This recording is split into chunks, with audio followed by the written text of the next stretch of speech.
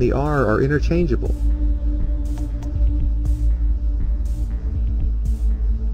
So if we take this X in the monogram of Christ and move it from an overlaid position to an inline position, the RX is revealed.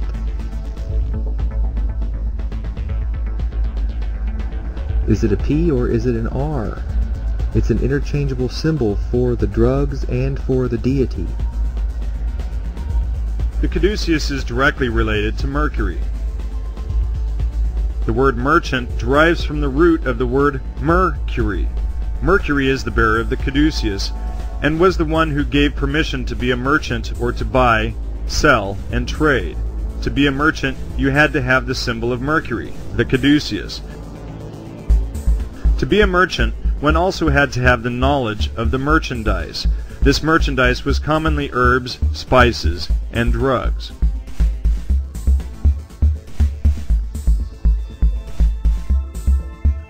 The coins used during this period were used to purchase these goods. On the front of this coin is Caesar Nero. On the back of this coin is the caduceus and the cornucopia. The caduceus was the mark that controlled the sale of the drugs back then, and it still is. Today, no one can legally buy or sell medicine without this mark.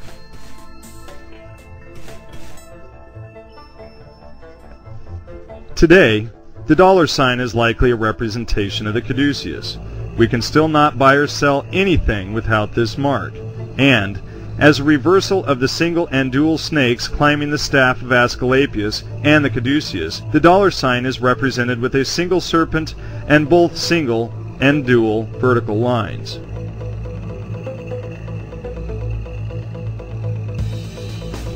This is the Bank of England. Inside the dividend office, notice the caduceus on the walls.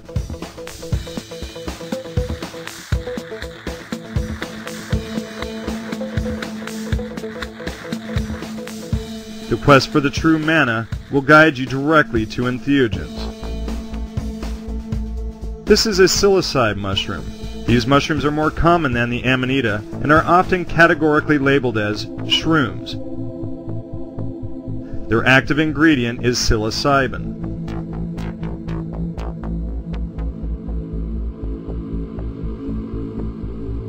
The Los Angeles Biomedical Research Institute at Harbor UCLA Medical Center is conducting a study designed to measure the effectiveness of the novel psychoactive medication psilocybin on reduction of anxiety, depression, and physical pain. All participants in this study have stage 4 cancer and anxiety. They are between the ages of 18 and 65 and do not have a history of major psychiatric disorders. Participants spend 2 nights at the hospital, undergo an MRI scan of the brain, and receive psilocybin. This is a double-blind study, meaning that the participants are given a placebo and the active medication, but they are not told which drug is administered when. Participants are encouraged to bring along personal photos and some of their favorite music. If this experience could be put into words, these cancer patients could either simply be told this mystery or undergo counseling. Only through the ingestion of a true sacrament, entheogens, can these terminally ill cancer patients have such a profound experience that they no longer fear death. This is a personal paradigm shift for each participant. Another recent study, performed by Johns Hopkins University and published in May of 2006, concluded that psilocybin appeared to create the same experience as the ancient and mystical experiences found in our religions. Harvard's Good Friday experiment came to the same conclusion decades ago.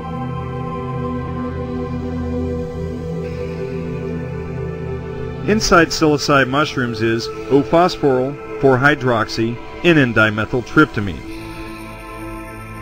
Dimethyltryptamine is DMT. Keep this in mind because these 3 letters will come up often throughout the rest of this lecture. There were 2 types of manna in the Bible: manna from heaven, which appeared many times during the voyage out of Egypt, and the hidden manna, which is only mentioned once in Revelation.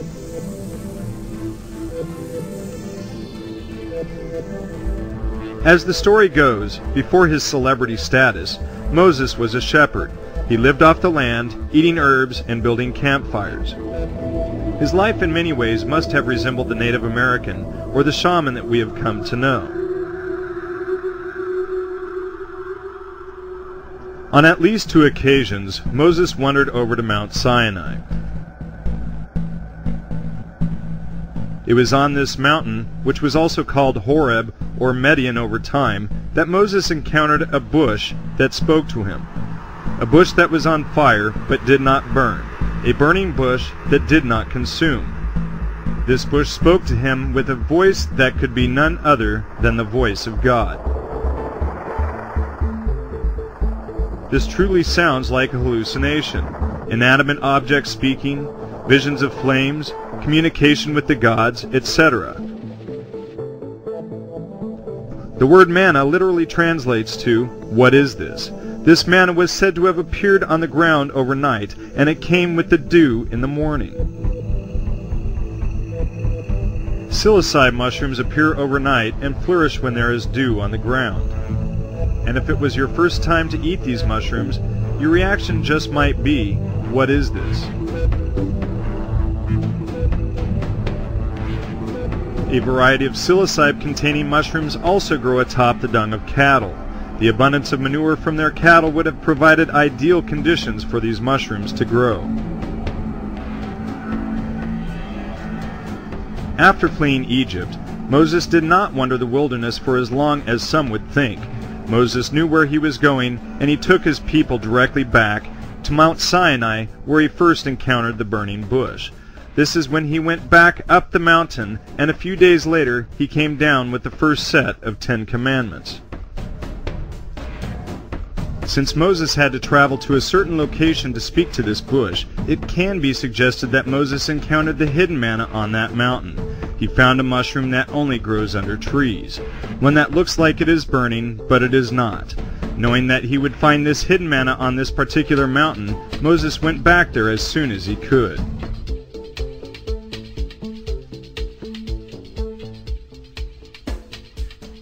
Here is a photograph of a psilocybe mushroom. Notice that the stipe of this mushroom is turning blue.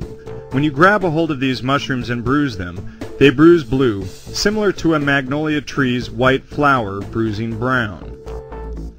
Jesus is often represented wearing blue, but even more significant symbolism of this mushroom can be found in India. Because when you understand that these sacred plants helped sculpt all of the major religions, it will help make sense to learn that in Indian mythology, Lord Vishnu is blue and his incarnation is Krishna, just like the body of the psilocybe mushroom is blue. Shiva has an extensive following. According to Hindu mythology, when the demons and deities churned the Milky Ocean, 14 jewels surfaced, one of which was poison. Poisonous fumes threatened to overwhelm the entire world, so Shiva drank the poison. The poison was so intense that Shiva's throat turned blue, which is why Shiva earned the nickname Nilakantha, the blue-throated.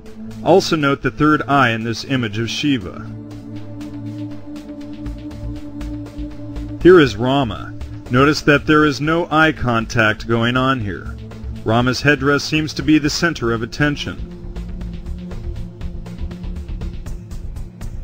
Krishna is also blue, and he is typically depicted with a cow or cattle. Psilocybe cubensis mushrooms grow on cow dung. As a result, holy cows produce holy crap, whereupon the holy sacrament grows in nature. Do these mushrooms stimulate the Kundalini? This Kundalini energy will rise through the body. It will enlighten each of the chakras, including the third eye chakra and the crown chakra. Notice once again the symbol of the caduceus inside our bodies. Kundalini literally translates into snake or serpent power. These serpents are climbing our spinal staff, making the symbolic caduceus. The third eye chakra is often symbolized by placing a dot on the forehead. Illuminating the third eye chakra will in turn burst open the crown chakra. The Native American Indian chief wears a feather headdress